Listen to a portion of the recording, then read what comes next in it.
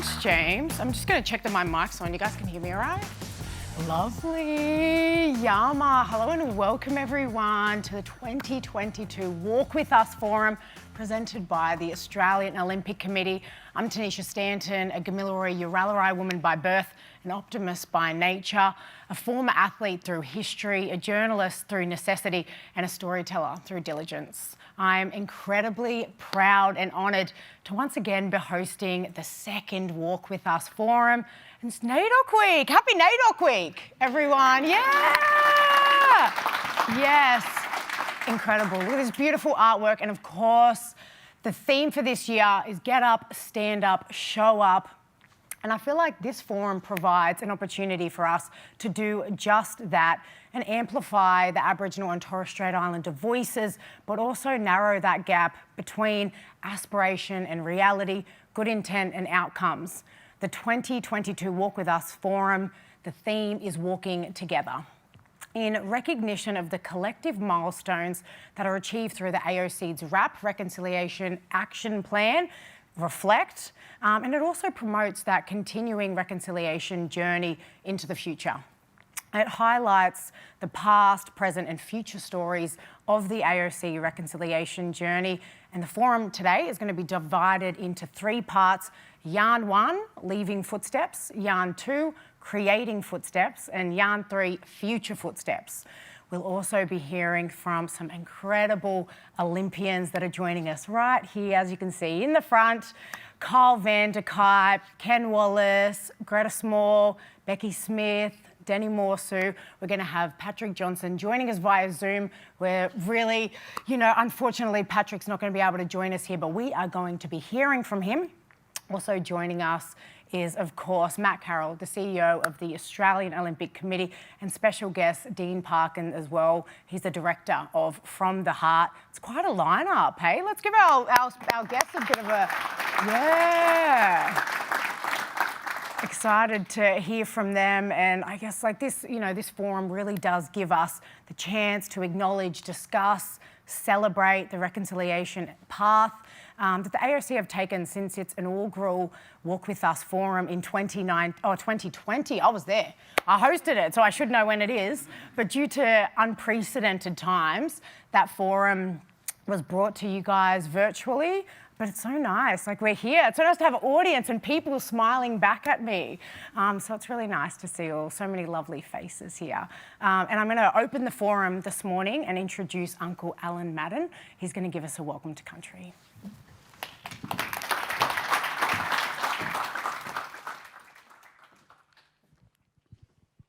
Thank you. Once again, my name is Alan Madden, Gadigal Elder. For my first song, only kidding. Married man, not kidding.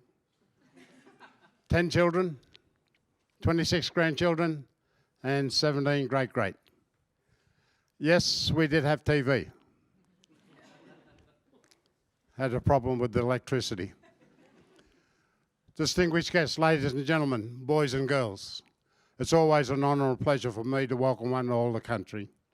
Just to give you a bit of an insight of where you are and who we are. Born and bred in Redfern, the capital of Sydney.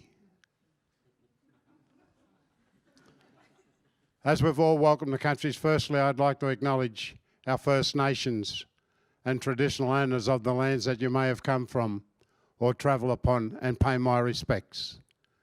To all our Aboriginal elders, all elders, past and present, also pay my respects. To all our Aboriginal and Torres Strait Islander brothers and sisters, from whatever Aboriginal or island nation you may have come from, welcome to Gadigal. And to all our non-Indigenous brothers and sisters here today, a very warm and sincere welcome to you to Gadigal. No matter where you've come from, whether it be across the seas, across the state, or across town, once again, a very warm and sincere welcome to you to Gadigal. And as I've mentioned many times before, was, is, and always will be Aboriginal land. Only three things shorter than that: coming, taxation, and going. It's an honour and pleasure to be here today to welcome one and all to Gadigal. Gadigal is one of 29 clans of the Eora Nation. The Eora Nation is bounded by nature's own, the Hawkesbury River to the north, Nepean to the west, and Georges River to the south. And in between those three mighty rivers is the Eora Nation. And in that nation, there are 29 clans. And the clan's land we're on today is Gadigal. On behalf of members of the Metropolitan Local Aboriginal Land Council and of the Gadigal mob, once again, a very warm and sincere welcome to you to Gadigal. There's an old Aboriginal saying out there, and I think it's very appropriate for you mob here today. They say, where there's a will, there's relatives. So once again, on behalf of the Land Council and of the Gadigal mob, welcome, welcome, welcome. Thank you.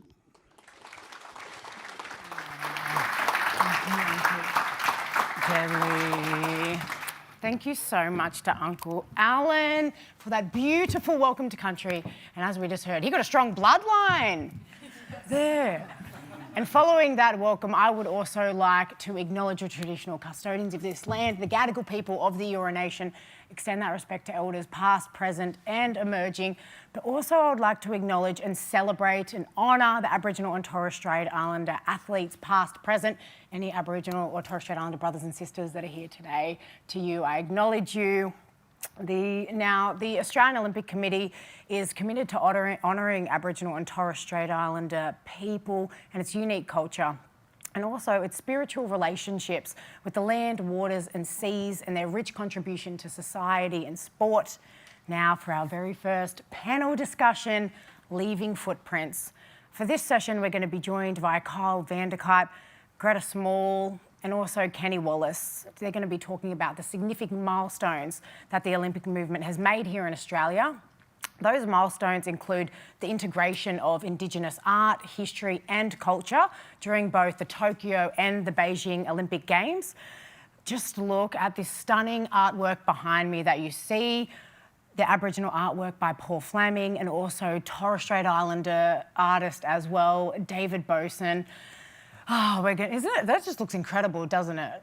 It was just so amazing to see it on the athletes' uniforms this year and also everywhere in the village. But we're going to take a moment now to revisit the Games and see how First Nations arts, culture, language, history was integrated as part of the Games and how the athletes really wore those uniforms with pride.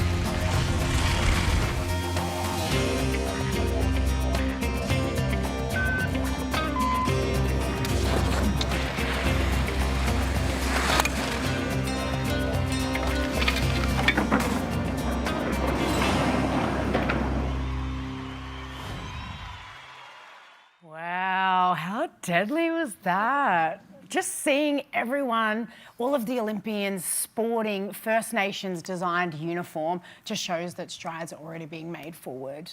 And please join me in welcoming now some of our very special guests to hear about their personal experiences from both two of the groundbreaking Olympic Games that we had. First, I would like to introduce them. If you could join me in introducing him, 1996 Atlanta and 2000 Sydney Olympian and member of the AOC's Indigenous Advisory Committee, Carroll Vander-Kuyp.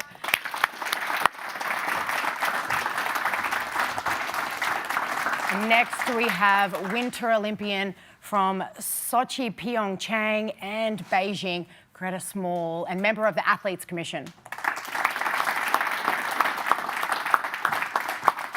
And the final member that's rounding out our panel is Olympian from Beijing, London and Rio, and the Deputy Chair of the Athletes Commission, Ken Wallace.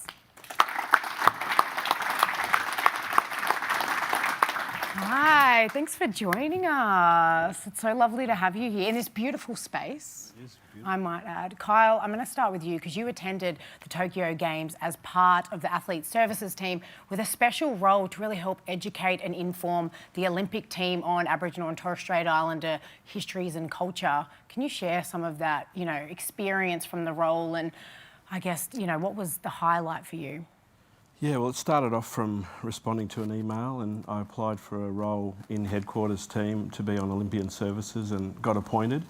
But to take that role up and walk into the village, I was blown away as soon as I walked in to see all the artwork up. I knew we talked about a cultural hub, and I walked into my office and seen a huge map of all the languages and language groups up in the corner, and all Indigenous Olympians that had represented Australia was up on the board as well. So I was blown away. But then getting into my role in Olympian services, we had the responsibility to look after athletes' well-being, was handing out uniforms, we were doing briefing sessions, welcoming athletes to the village, and it was a real highlight to do that role. And I think I was the first ever Indigenous person on the headquarters team. So how incredible. Let's get it blew me away, and there was a number of big firsts in Tokyo. So there was 16 Indigenous Olympians, the largest ever since Sydney. There was 12 in Sydney, and the athlete's oath had been changed, so that was a major first. And to do the briefing sessions with athletes, it was great to welcome them to the village, and I said to them, look, you've got a chance to represent green and gold, wear the Olympic rings proud, do your country proud, but you're also representing a country that's got the oldest living culture in the world, and I want you to connect to that because that's your culture. And they were words that meant a lot to me, and I meant it from my heart, but it was received so well. So I think that was one of the biggest highlights in Tokyo, was that everyone embraced all the inclusion, the art that was up, and someone like Paddy Mills said, Kyle, this is the best village I've ever been in. And I've seen him sitting under the Torres Strait art every morning having his coffee with all the boomers getting ready for their games, and that just brought a smile to my face. And well, I guess just on that, like while you were there for the whole Olympic team, what did it mean to the First Nations athletes that were there? Because I can only imagine, when you're competing, I know you've got, your other fellow First Nations athletes there, but just to have that support from a familiar face, really, but someone that has been through that experience, but also can relate to you on a more personal level. What did they tell you about just having your presence there? I got to meet them all, and it was hard because you're holding back your excitement. As a former athlete, you wanted to run up to them, but you have to. Carl was having fangirl. You have to sort of keep your space, and respect theirs. But no, the map, as I said, the map just became a meeting point, a conversation piece, and the Indigenous athletes came by and dropped by and said hello, and Ash Barty came and put her pin on her tribe, and I'm freaking out at that point for sure. And I was like, hey, your tribe's right next to mine, next to Ewan tribe, the Narago. So I was blown away, speechless. But it was really nice to see those Indigenous athletes walk a little bit prouder, taller, on a high, because Indigenous art was up and culture was respected, and I just I felt that they had that extra little edge because the culture was included. Yeah, they would have for sure. Yeah. Kenny, I'm going to come across to you now, and you attended Tokyo as the Deputy Chief de Mission. That Kyle mentioned there was so much incredible artwork and culture that was integrated to the Tokyo village. What was something that stood out for you? Walking through the front door. was absolutely incredible. And by the way, I don't mind just sitting here and just listening to Kyle like the entire time because every time I walk through the front door, Kyle was one of the first people that we saw in the front door, and he was there to embrace everyone as an entire team. But the Indigenous artwork throughout the entire village was everywhere that you saw. So not just the official artwork, but the kids were drawing pictures and painting pictures as well. We ended up with stacks. I literally had overweight luggage getting to Tokyo because of the amount of drawings and the amount of paintings that we had that we put up in every athlete's where they were staying on top of everyone's bed. And the amount of Indigenous artwork that these young kids were drawing that was a part of that was everywhere. So everywhere you looked, Indigenous artwork was there. Down one side of the building, you had the Aboriginal and Torres Strait Islander flags, draped down a 15-storey building on one side. So it was incredible just seeing how much of it was there. And we also got to meet all the athletes that were actually coming into Tokyo for the first time. And their shirt that they were wearing also had that on there as well. And so it was quite incredible. So it was absolutely everywhere and everyone embraced it.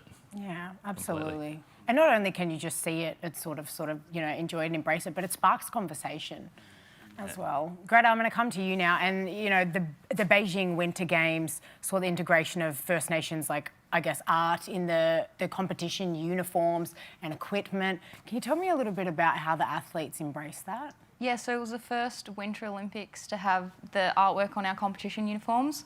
So that was pretty special for me when I first opened up my packet and got to get that race suit. No one else in the world has one like that, so that's pretty special to be on the world stage and representing the green and gold. I know the whole team really embraced it. It was a missing piece of the puzzle, really, to have that culture respected and an integral part of our team culture at the Games and what it meant to be in Beijing and representing Australia. Yeah, absolutely. That's so deadly. And I guess, Kyle, the Tokyo Olympics was really historical, and especially for Patty Mills, who became the first Indigenous Olympian flag bearer. As you can see, the beautiful photo behind me alongside swimmer Kate Campbell. Can you just tell us how much that moment, seeing him walk out there, meant to you as an Olympian, but also as a proud Indigenous man? Oh, it meant a hell of a lot. To see Paddy, not only be ready to execute his sport and do himself proud in his sport, but his leadership role, he just oozed that leadership as soon as he walked in, and he had his team ready. The Boomers were really embracing their own culture. They came in all as leaders, and to have that extra role of doing the flag, he just embraced that and took that on well, and everyone just loved him. But I think the highlight for me was it was Paddy Mills, the Australian. Paddy Mills, the Aboriginal Torres Strait Islander. That's his heritage, but it's just Paddy Mills who's a proud Australian. That's what I sort of witnessed. I've seen him just embraced by everybody. Yeah. What did you think that did for mob back home that were watching, our little Jarjums, sitting there, seeing, someone that looks like them, representing them on, the opening of the Olympic Games? Oh, I'm sure he's just, ignited that fire in a lot of bellies and young kids. But just coming back from the Torres Strait the last couple of days, and seeing the talent up there, and trying to play some basketball with the kids up there. I did score a couple of goals, but Solid. the kids are ready to take on the future. They're thinking big, and they're dreaming about the future. And you can't help but think that Paddy's just had a massive effect on all of our next generations. And I'm looking forward to Brisbane, 2032, and I know there's young kids out there training hard as we speak, and people like Paddy, that's the leadership, that's the role model, that's the ambassador that he's been, and not just Indigenous kids. He'll have an effect on all Australians. So Yeah. I'm looking forward to the next 10 years. Yeah, absolutely. And we've got some special guests coming up soon to talk about that visit to the Torres Strait and some beautiful pictures that we're going to show you as well. Kenny, during the games, some of the skateboarders actually asked to wear their competition uniform that featured Aboriginal artwork by Paul Fleming that you can just see on the screen here. Can you tell me a little bit about how that came about? Well, Kyle's probably got the better story about this, but I can tell you that over 63% of the Tokyo Olympians were debutantes there, and it was the most asked for shirt across the board. You know, we get multiple shirts as part of the kit, but yet everyone wanted a second one of those shirts. And the fact that the skateboarders and Keegan Palmer winning gold whilst wearing that shirt, it showcased it to the rest of the world. So the Australian team in general, but then watching a young kid wanting to wear that shirt is amazing, because the Olympics, for so many athletes, it's the pinnacle moment in sport. Yeah. And the fact that they want to wear that shirt just shows that how much, as a first-time Olympian, pinnacle moment, and we want this to be part of us, and I want that to be part of my special moment. This is my moment on the world stage, and I want to showcase it to the rest of the world, and that I'm proud to wear this. So it made me feel as an Olympian that we're in an incredible space, and we're going to go further forward, and going into Paris, going into LA, going into Brisbane. I can't wait to see that. Like, I'm kind of genuinely a little nervous and excited at the same time, because I think it's just going to be, it will be so good, so fun, and so many kids have been inspired by this to then now want to compete in Brisbane 32, and it's the norm. It becomes the normal, and we're proud of it. Yeah, absolutely. Greta, you know, the current list of 60 known Aboriginal and Torres Strait Islander Olympians includes one athlete from the Winter Olympics, figure skater Harley Windsor. I guess, how important is it that the AOC, you know, continues to support, you know, the future of Indigenous athletes, particularly in winter sports and disciplines? Yeah, so I was honoured to be on the team with Harley in 2018 in Pyeongchang. It's incredibly important that everyone has the opportunity to have a go and get the sport federations to continue to support the many sport pathways that are out there, and let Aboriginal and Torres Strait Islanders pursue any sport, because you never know where your next Winter Olympian's going to come from. So I think just that supporting the have a go and getting out there and, you know, dreaming big, because really with that support and, you know, trying many different sports will give the future Indigenous athletes the opportunity. So I think Harley's the first, but he definitely won't be the last, and I can't wait to see, as we move into Cortina and beyond, our next Winter Olympians that are Indigenous and Torres Strait Islanders. Yeah, absolutely. And I feel like the next one could be anywhere, because it's literally been freezing all around the country lately. So I might have to get my skates on. Could be some future bobsledders out there. Who knows? Yeah, absolutely. Actually, how deadly would that look, like flags each side of the bobsled? That would look awesome. But please join me now in thanking our incredible guests, Kenny, Greta, Kyle. Please give them a warm welcome as they leave the stage. You guys can see them. All right, now we move to Yarn 2, Creating Footsteps. And here we discuss the AOC's engagement with First Nations, regional and remote communities. And joining us are two Olympians that, you know, have experienced that firsthand. Olympian Beki Smith, deadly race walker, and the Deputy Chair of Indigenous Advisory Committee and former Olympic basketballer Denny Morseu. They're going to come join us very soon. And then we're going to hear after that from Dean Parkin, who's going to join us. He's the director From the Heart. The Olympic Committee, their reconciliation strategy has really allowed the organisation to pursue opportunities in health and wellbeing in Indigenous communities throughout sport. You know, this includes bringing sport to communities, developing careers and opportunities in sport, as well as working alongside new organisations in joint reconciliation initiatives. Perfect example that encapsulates all of these initiatives is the Australian Olympic Committee's recent trip to Thursday Island in the Torres Strait. That happened earlier this NAIDOC week. And now we're just going to share some highlights from that trip.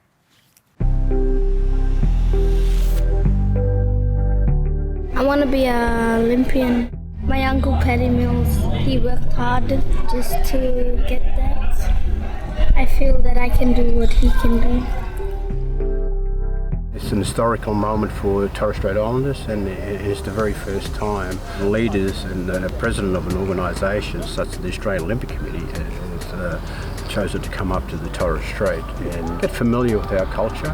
It's great to be here in the Torres Strait Islands, to be able to do this magnificent trip with the local community here, bring up Olympians with us and actually do things like basketball day with our Indigenous coaches and just working really effectively with a new partner in the RAF.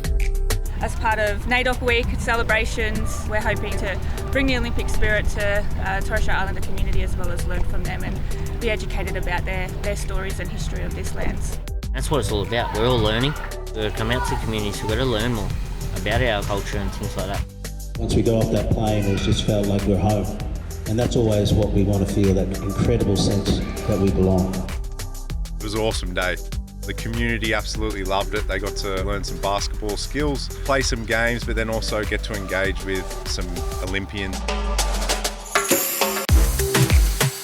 We're just practicing dribbling and defense. I learned some cool facts about Olympics and their stories. Yeah, I had very fun and actually got taught some things. I think it's their power to inspire. It's really important that we give these kids a chance to dream about something. They get to see that we're real. The Olympics is something that they can tangibly reach out to and dream of. With 2032 just 10 years away, that's what we'd love them to dream about, but it's really the chance just to dream of doing something. If you can't see it, you can't dream it. Having access to communities, no matter how big or how small, is really important to tell our story but also inspire the next generations. For us to be able to get out to different communities and help build the capacity of other Indigenous coaches to spread and share their knowledge of basketball, I think it'll be very important feeding that pathway of hopefully finding the next Paddy Mills that can play in the Olympic Games. A real privilege to be able to come here and fly our aeroplane over your beautiful country and your beautiful seas in the airspace that we went flying in this morning. To fly in and see the Torres Strait Islands from that viewpoint was just something I'll never forget. So yeah, very lucky to be a part of it. I would never have thought, being in the Air Force, I'll have the opportunity of being here in the Torres Strait Islands, being in uniform, seeing my family, seeing my mom. It is a very humbling experience.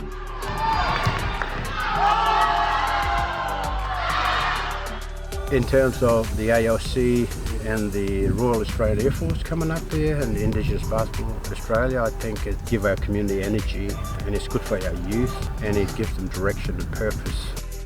There was some fun that was had, there was some laughs that were had, and hopefully they took something out of it and really enjoyed our time up here.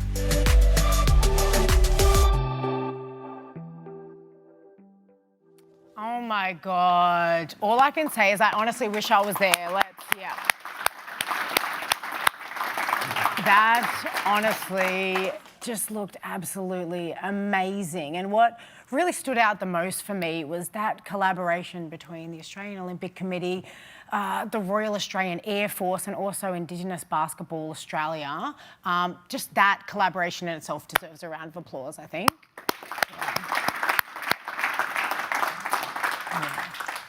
So now it's time for our next panel guest to join me up here, and we're going to keep the applause. I'm just going to make you guys clap through the whole thing. We've got Beki and Danny, who are in the Torres Strait, who I introduced earlier. Please, if you guys can come up and join me and, welcome them to the stage.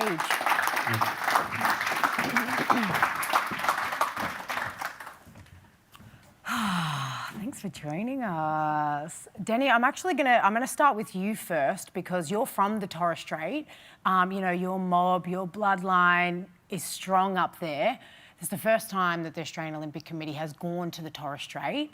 What did that mean to you personally, and what did it mean to the community?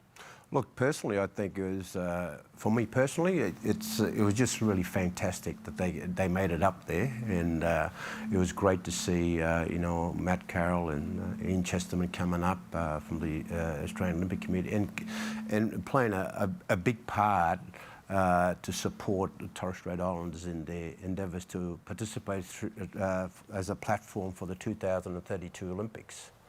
Yeah. I was just ecstatic. The community was actually over the moon. They really engaged through that process, and you know, as a lead up to that, there was a lot of promotion on the radio, local radio, and getting out to the community and advising the community to start engaging through this process. So yeah, it was just fabulous, absolutely fabulous. Absolutely, and I think you know, for the Torres Strait, like as you just mentioned, you know, I feel like, you know, when you think about the First Nations people of this culture, obviously we always talk about Aboriginal and Torres Strait Islander people, but it is like quite often that, you know, our Torres Strait brothers and sisters are left out sometimes, and we just worry about the mainland. But to think that, you know, we're getting out there and touching all corners of Australia and the islands is something that you know, your community and them kids are going to remember forever. Beki, sis, those pictures were just amazing. Seeing the smile on their faces. What was the standout moment for you? Yeah, I was actually quite emotional watching that. Like, yeah, just so powerful, right? There's just like the smile and the joy, right? Of just like, just having, first of all, like, mob up there, like having like former athletes that are Aboriginal and Torres Strait Islander, and then having the Olympic Committee, you know, the pinnacle of sport in this country, to come and visit your community, you know, out on the islands, just does something to the soul, and just like, I think Kyle said, just like ignites a fire, doesn't it? It does, and I think that's something that I'll never take for granted, being an Olympian. And a First Nations Olympian is to, you know, it's almost like I really take that responsibility quite serious, and seeing those images and being a part of community is so special. But I think for me, obviously, being a race walker, when, you know, our sport's not very popular, and anywhere I can get a chance to you know, teach kids how to race walk is really special. But to do it in community, up on Thursday Island, like, it just meant the world for me. And, you know, I always start when I do talks is, does anyone know what race walking is? And normally people are like, oh, not really. And we had one little fella who was about 6 years old put his hand up and was like, yeah, I watched that at the Olympics. And I was like, yes, a little 6-year-old on the Torres Strait Islands saying he knows what race walking is. So I was like, this is why we do it, you know, this is why we get out into community, and to inspire the next generation, but to also just share your presence and your stories as an Olympian, I think is just, unreal. And I guess being a First Nations person, like, while, you know, we do what we love and enjoy, we also, a large part of us does the careers, or, you know, the career paths that we choose because we want to have the next generation, have them something to look up to, inspire. And, you know, the saying is true, you can't be what you can't see. That's certainly why I'm in this role, is so, you know, our little Jarjams can look up and see a face that looks like them on television, you know, hosting panels, and same with you guys in the, you know, the sporting space and the sporting arena as well. Telling them that anything's possible is extremely important. And Denny, what is also important is just collaborations, you know, between mob, like I mentioned before, the Australian Olympic Committee, but also the Royal Australian Air Force, and basketball, you know, Indigenous Basketball Australia. Can you just tell me a little bit about sort of that collaboration and the importance of it? Look, I think partnership is very, very important, especially for the platform for the 2032 Olympics, and the strategy around getting out to remote parts of the country in Australia to visit Indigenous communities, Aboriginal and Torres Strait Islander communities. And Thursday Island was a classic example of that, as you saw on the video earlier. It's about reaching out and promoting the Olympic movement and what it's all about, so our young children can dream to achieve big and excel in their endeavour to be an Olympian in the future. And I think with my fellow Olympian that actually came up as well, it was absolutely awesome.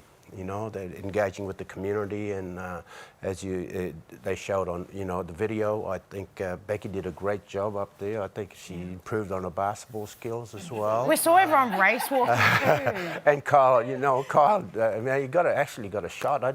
He got it. Got a shot in. Patrick. I was behind the I wish Patrick was here. I'd grill him about that. I've got him on my recruitment list now. Yeah, okay, for the Veterans League, all right?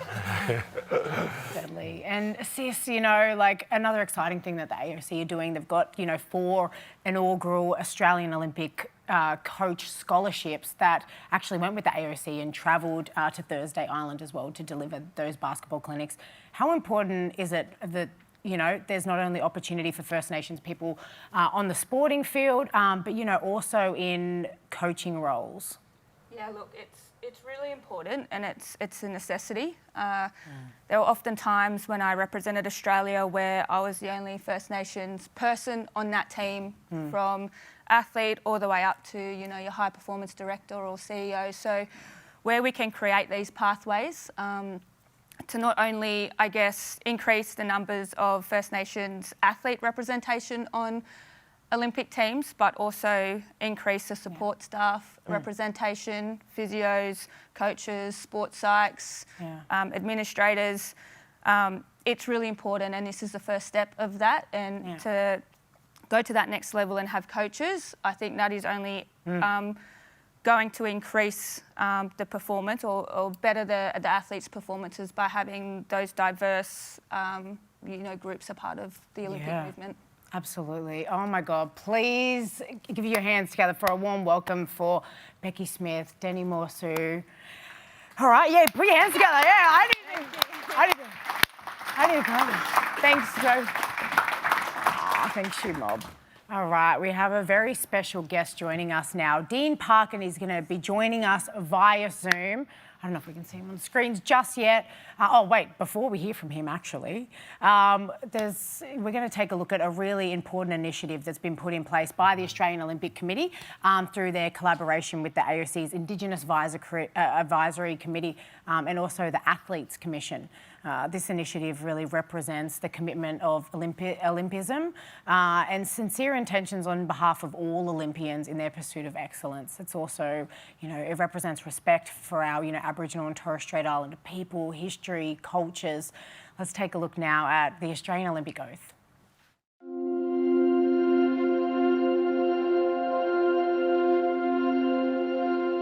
For the honour of representing Australia. With acknowledgement and respect for the ancient Aboriginal and Torres Strait Islander histories. And their ongoing connection to the continent, water and seas. For the pursuit of excellence in every endeavour. With gratitude to those who make it possible. For the spirit of sport. For my fellow Olympians, whom I respect and support. Since Edwin and forever. Once an Olympian, always an Olympian. Wow, what a powerful oath that is. I just, love just the, the integrated acknowledgement of Aboriginal and Torres Strait Islander peoples, culture, history. It's just, let's give a clap for that oath for putting that together, because that symbolic gesture is beautiful. Now we're going to head, there he is, we're going to head up and have a chat with Dean Parkin now. Brother boy, how are you going up there? It's, can we see him on the screen? Yeah, there he is. How are you? Hey, yeah, I'm going very well, Tanisha. Great to be here with you. I'm sorry if you hear some honking in the background. There's some geese that are just walking past here in Kempsey. So that might say something about what I've got to say today. But no, great to be with you. And thanks for the opportunity to talk about the Uluru Statement from the Heart and where that's up to. My name's Dean Parkin, for those people, just by way of introduction. I'm from the Quandamooka peoples from Minjerribah, which is also known as North Stradbroke Island, just off the coast of Brisbane. Obviously pay my respects to the peoples of Kempsey here and pay my respects to their elders, past and present, and bring greetings from my own peoples, the Quandamooka peoples. I'm the director of the From the Heart campaign, which is a campaign for an Aboriginal and Torres Strait Islander voice to Parliament as enshrined in the Australian Constitution as per the Uluru Statement from the Heart. And so I was heavily involved in the Uluru Statement process itself, and have been working for the last 5 years with many other people to try and bring about the Uluru Statement and the three key changes that it calls for: voice, treaty and truth. I'll be honest, the last 5 years has been really difficult at times since the Uluru Statement was created. And there's been a lot of work just to try and keep the issue on the agenda, keep the issue front of mind. It's been at times challenging politically to do that. But the thing that we've realised is that there are many Australians from across the country that want to see the Uluru Statement come to life. And certainly with our particular campaign, there are many, many people getting behind the cause for an Indigenous voice to Parliament that is enshrined in the Australian Constitution. So our work has really been about having conversations with people from all walks of life across the country. It's been wonderful being able to speak to so many people and hear why this is important to them.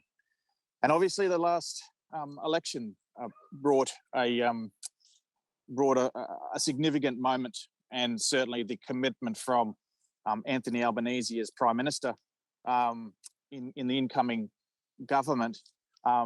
In his election night speech, many of you will have seen a very, very strong commitment to the full implementation of the Uluru Statement from the Heart, and a very strong commitment to a referendum on a voice to Parliament in this term of government. And so that has given us great encouragement. I keep saying to people, it's been a very important development. It's meant that we are very much in the game, so to speak, but we still haven't won anything yet. And so the objective remains of our campaign and the work that many people have done over many years, which is to get that full commitment to the referendum up, to have the referendum, and then have the majority of Australians and the majority of states vote yes in that referendum. And we believe through the work that we've done, the conversations that we've been having over these years, that historic moment, that historic opportunity of a successful referendum on a voice is very much within our grasp in the next couple of years. So it's great to know that the current government has backed in behind this. It's great to know that the people are there. It's also a little bit daunting to realise how much work is still yet to come to make this come about. But we're very confident that this is something that we can all achieve together. So we know that there's, in terms of that work that's yet to come, we know that the government will be running a number of processes to put some more meat on the bones on what we mean by a voice to Parliament. It's a very simple concept at its core, and I think many people just get it intuitively. We're talking about a representative body made up of Aboriginal and Torres Strait Islander peoples. It sits outside the Parliament. It would provide advice to the Parliament and the government of the day on laws and policies that have a particular impact on Aboriginal and Torres Strait Islander peoples. It's advisory only. It's really important to know that. It wouldn't be able to veto or block legislation and policies by the government, and the government of the day can choose to go its own way if it took that advice on and decided to not take it up. But it's important that our people are having our voices heard at the table on the issues that have a really important impact on our communities. The issues like health and education, and all the opportunities that are actually out there. Having our voices at the table is going to make those programs and policies and laws have a much greater impact on the ground, and that's what this is all about. It's about making sure that ultimately, at the end of the day, this is about our mob living better lives in our communities. And so we know that there'll be more work to go. There's been an incredible amount of work over the last 5 years. Firstly, on the sort of foundations of what the voice might look like, and secondly, what the constitutional change might be. So we're not starting from a blank piece of paper. There's an incredible amount of work that's gone into that, and the government will run a process between now and the referendum, which we think will be within about the next 2 years. We're saying we want the referendum in 2023 next year, and so there'll be more work to flesh out the details of what the voice will look like, and also that constitutional change. So everybody will get a look at what they're voting on come referendum time. Everybody will know what the constitutional change is. Everybody will know what the voice will look like. There's been a lot of detail, a lot of people saying that they want to see the detail now, straight away, straight after the government's commitment. What we know is that the voice will be a very practical measure that works on the ground. We know through the work that we've done so far that it's a safe mechanism, the change to the Constitution, and there's been some serious legal minds that have already looked at the draft wording and have given a sense that this is absolutely the right form of words, or in the ballpark for the right form of words to make a safe change to the Constitution. And I think really importantly, and I was sort of just listening into the previous the previous presenters, and obviously, you know, the Olympic movement in general understands this concept probably better than anybody else. The opportunity to bring the country together. We've had some really difficult times. All Australians have had some really difficult times over the last few years, and we've been separated from each other. We've been separated through COVID from our families and communities, our states and territories. And so the idea that a referendum on a voice can be something that can bring all Australians together in a really positive and a really practical change is something I think a lot of people are looking forward to. So that's the kind of conversations that we're continuing to have. We'll be building the campaign out further, trying to reach as many Australians as we possibly can to bring them on board. And our goal, which is clearer now than ever, as I say, is a successful referendum on a voice in this next term of Parliament. So I know you've been involved in this, Tanisha, and there's been many others that have been involved along the way, and I'm really excited to see that work that's gone before us, knowing the work that's yet to come, to see that see that turn into the achievement of getting that voice to Parliament up in the Constitution is something I and many others are very, very determined to see.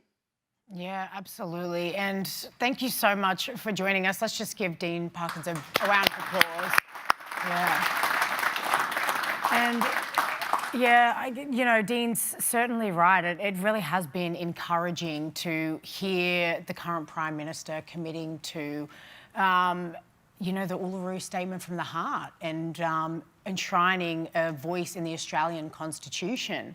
It's refreshing that there's progress that's being made, Dean, after like years and years of work by so many people, that the trip that back to Uluru that actually created and established the voice to the heart and what that looked like. To see that moving forward is just, so promising. And just sort of hearing those reassuring words from Anthony Albanese, we're not going to settle until we see that enshrinement in the Constitution, but we're on the way, and I hope that next time we talk to you, a referendum has been called. Thank you for joining us. Thanks a lot, Tanisha. Thanks a lot, guys. Deadly. I would just like to take a moment now to acknowledge the Australian Olympic Committee, the Indigenous Advisory Committee, and on the AOC's commitment to the RAP and the working group there in completing the Reflect Reconciliation Action Plan. You can see by, the stories, the videos, the images just here today, how the outcomes that have been really achieved and celebrated. The importance of, this AOC milestone and renewed commitment to the reconciliation has been captured perfectly in a quote by Patrick Johnson himself, where he said, "These are the first footsteps that the Australian Olympic Committee's reconciliation journey that acknowledge, recognise and celebrate Aboriginal and Torres Strait Islander histories, cultures that are within the Olympic movement. And, you know, I guess the first question after that really, or the next question I say, is what's next from that? And I guess, you know, what's better than to discuss that next in our final yarn that we have for today called Future Footprints. And before we're joined by our panellists, we're going to take a look at another AOC initiative. They move to provide, you know, opportunities for First Nations coaches.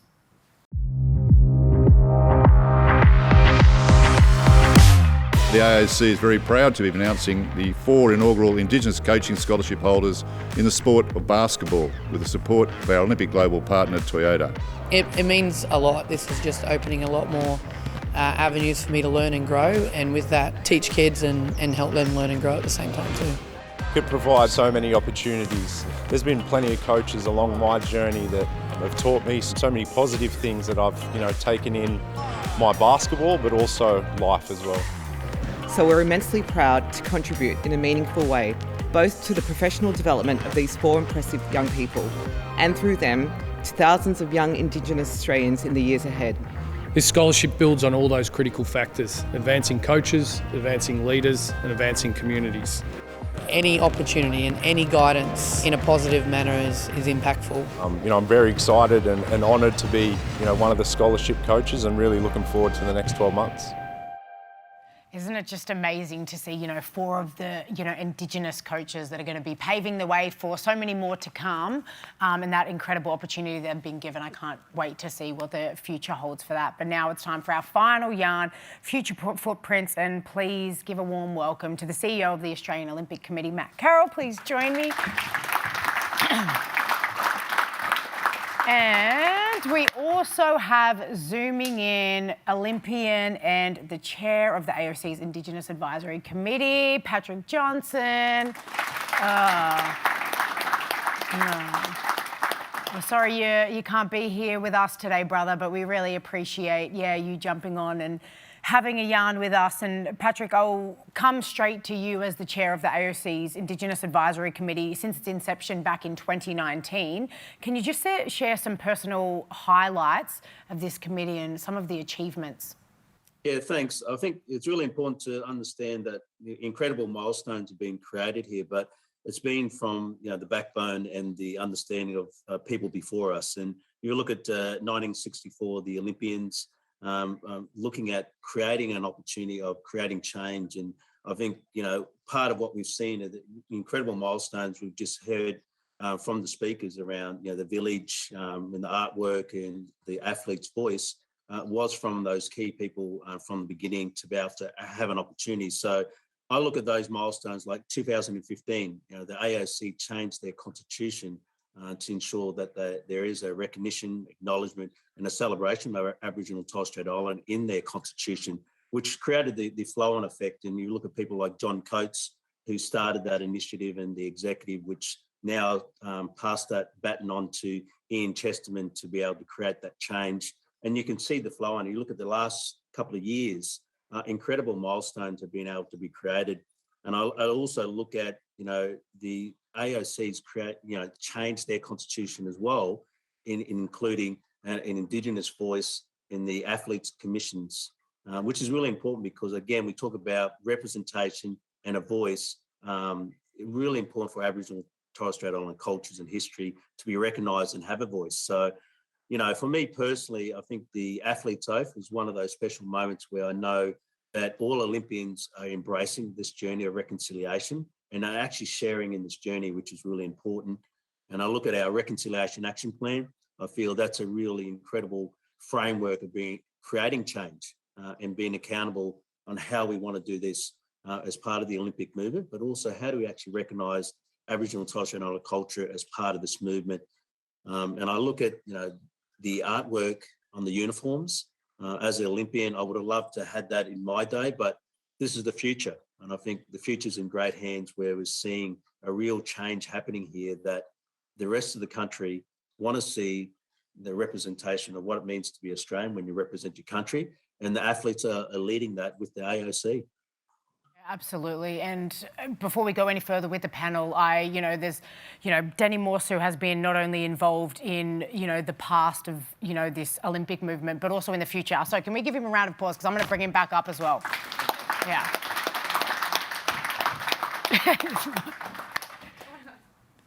That mic's not going nowhere. Thanks, Danny. Thanks for joining us. And Matt, I'll come to you now because what a NAIDOC week it's been for you. You were just up in the Torres Strait, and now, of course, we have the Walk With Us forum. Can you just share some of the your highlights personally from being up there? Well, I think there's two particular highlights, which I think illustrates a lot of things that Patrick was just talking about as well. Throughout my sporting career, I've been very fortunate to attend great sporting events, to be in special places, to go to Prime Ministers and Presidents' homes and things like that. The Torres Strait Island visit was again one of those special moments. So one was in particular when the RAF flew us with the back door open around Torres Strait on board with two Torres Strait Islander elders. It's the first time they'd viewed their land from the sky. And so there was that special moment, and that sort of transcends all the other things and sort of pulls things together. The other special moment was simply the kids in the basketball court. Because the AOC's position on our constitution, you can put things in constitutions and many constitutions, no one ever reads them again. But this is something we want to make happen. As people who know me, I like to get stuff done. Exactly. And when Danny first suggested that one of the great things we could do was have a coaching scholarship for Indigenous coaches. Yeah. Not surprisingly, he said, "Why don't we try basketball first?" But but we'll forgive him for that. And it is a pilot program. We went to our partner Toyota, who have helped us to make that happen. So rolling that out and seeing it come to life was another special moment because it's a practical thing. It's not just talking about things, it's a practical outcome. And we can now use that model because James Edwards and his crew down Egan, they have put together a process where we can move that pilot onto other sports. Yeah. So won't be just about basketball, but many other sports. And but exciting that's where it's starting because that's where the coaching talent really is. Well, exactly, and that's an important leadership position the AOC has taken, and we're working with Basketball Australia as we will with our other 45 sports. Yeah. Danny, that Indigenous coaching scholarship, that project, how important is that initiative to Aboriginal and Torres Strait Islander youth? Look, I think it's very, very important because it's about creating an opportunity for our youth in their future. In particular, like Matt said, this is the pilot. This is about rolling it out not only right throughout our communities, like the basketball program, but we want to sort of try and work with the AO3 through some of the federation, the 45 federation, right throughout the country. How do we implement that type of concept right across the federation? I think it's going to have major impact in terms of reform and changes down the track and the platform for the 2032 Olympics. Absolutely. Speaking of 2032, congratulations are in order for Patrick, who's been appointed to the organising committee for Brisbane 2032. What a great achievement, for Mob, for Australia. Can you just share with us, I guess, the purpose behind this committee, Patrick, and, what it means to you, because this is just deadly. Yeah, I mean, it's a great honour. Myself and Shelley Rees are the First Nations representation on our organising committee, and really honoured to be a part of that. But we're part of, 21 board members to, in a nutshell, we're responsible for the games, to delivering the games, which means that for every aspect of the Brisbane 2032 organising is making sure that it gets done through the venues, to raising revenue, ticketing, security, venues. So really there's an incredible opportunity to, deliver a games, which is really important, particularly leading in 10 years. 10 years is going to go very quickly, but we've got an incredible board and a president, Adrian Livingston, there, Andrew, sort of just making sure that things get done. And I think, of course, Matt's is part of that board as well. So it's really important to ensure that it will be delivered. And that's our job. which is a lot of pressure, but it's a great opportunity to be a part of that process to ensure that we create another great Olympic Games, and particularly another home games for us. Yeah, absolutely. And congratulations to you, Matt, for being appointed to that organising committee. And I guess, can you just share with us the opportunities that you see in the formation, of that committee and the games with that 10-year run-up? I know it seems like a long time when you say 10 years, but it's going to be here in no time at all. Well, there's only 2 games away, if you can put it that way. Well, actually, you throw the winters in, it's 4 games away, but yes, Wow. yes, that's only 2 games away. Look, we describe it as a once-in-a-generation opportunity. The AOC is, it's 10 plus 10, 10 years into the games and 10 years after the games. And, the initiative up in Torres Strait is part of that by ensuring opportunity both with our sports, but also across schools and other government areas, whether it be even in businesses. The 2032 games, a lot of things would happen anyway, but it's going to turbocharge it. Yeah. And a lot of the legacy, I'll often use word in Olympic Games, that can be delivered before 2032. Yeah. And so the initiatives up in the Torres Strait is one of those. Let's get a program out so we can get the kids, whether it be in the Torres Strait or other parts of Australia, the opportunity to perhaps compete at the Games, perhaps be a coach at the Games, perhaps be a volunteer at the Games, perhaps be a sports official, perhaps be in entertainment, whatever it might be, to build that opportunity over the 10 years. And we have an ambition to have all of our sports complete their reconciliation action plan before 2032. So we're actually not going to just ask them, we're going to help them do it. Yeah. And we've already had discussion with Patrick and with Danny and others to make that happen by 2028, the LA Games.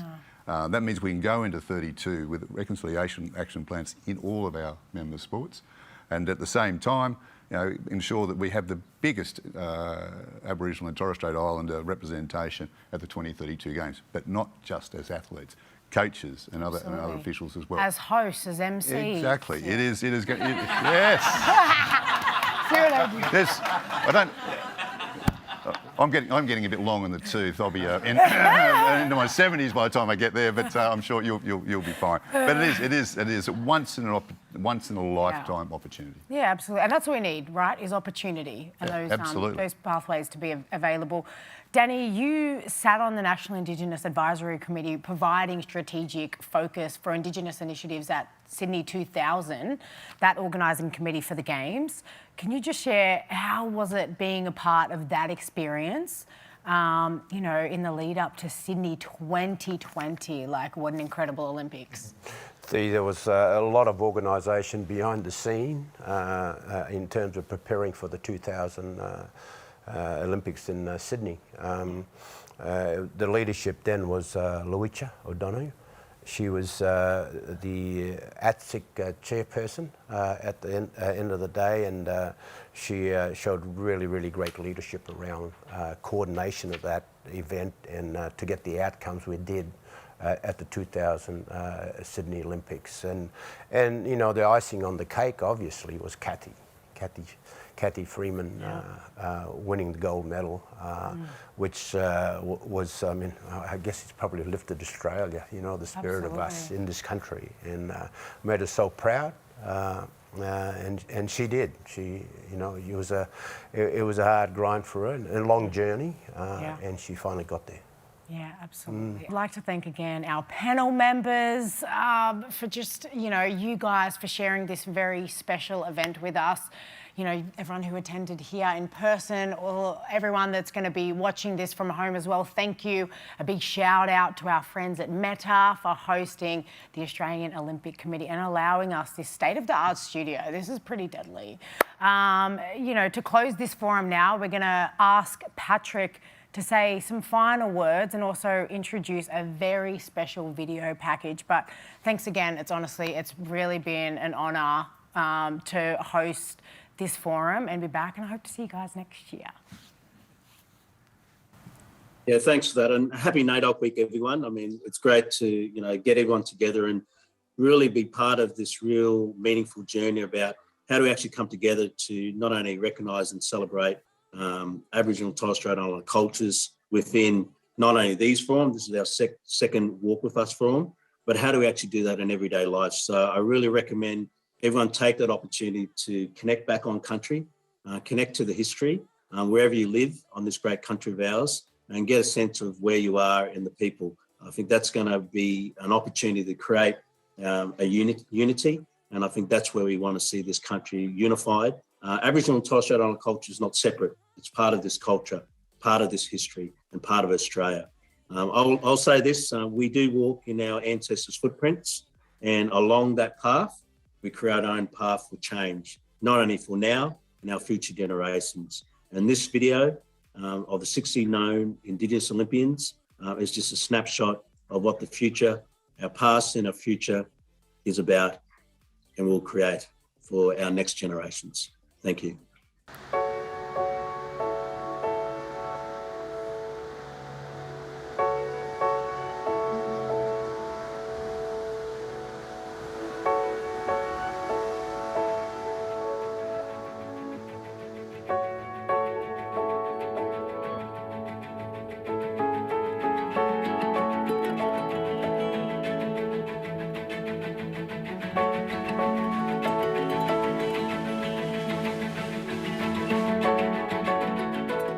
Going overseas to a lot of the countries, they don't understand that there is an Indigenous heritage to Australia. So making the world aware of that and wearing it with pride and being loud about it, it's just a surreal feeling.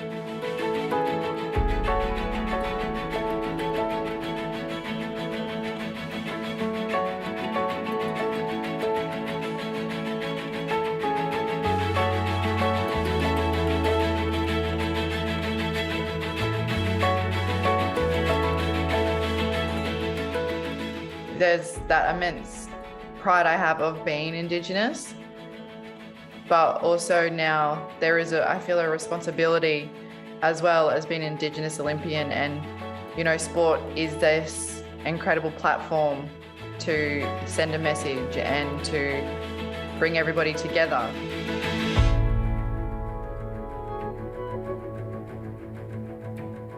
I always carried my Aboriginal flag with me and had it in my room, and I never got to do the Kathy Freeman and run around the track with it, but I always say to people, hey, it wasn't political statement that I had it in my room. That's my identity. That's my ancestry. That's my history.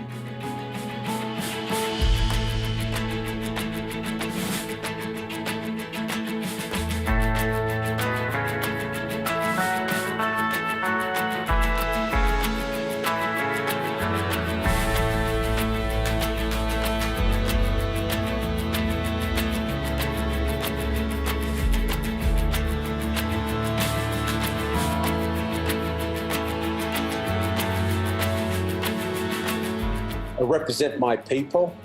I was very, very proud of that. Set your goals high and work hard. Be disciplined, have the right attitude, focus on your dreams and aspirations to be the greatest sportsman you can be.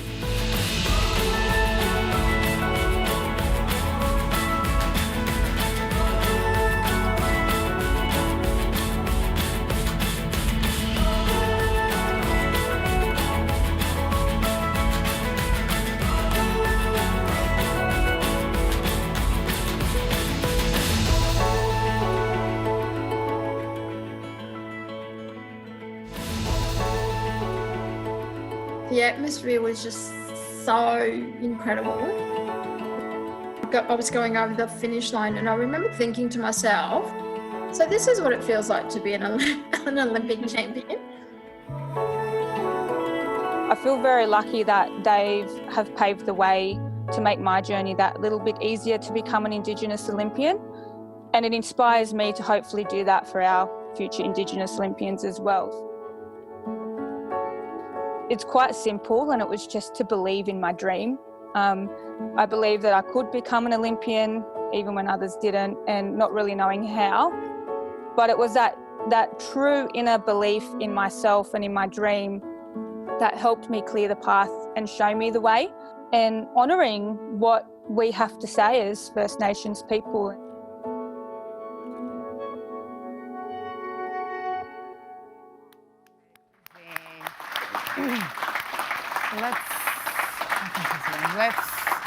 Let's keep that round of applause going as well for everyone who organised this incredible Walk With Us forum. Yeah, thank you.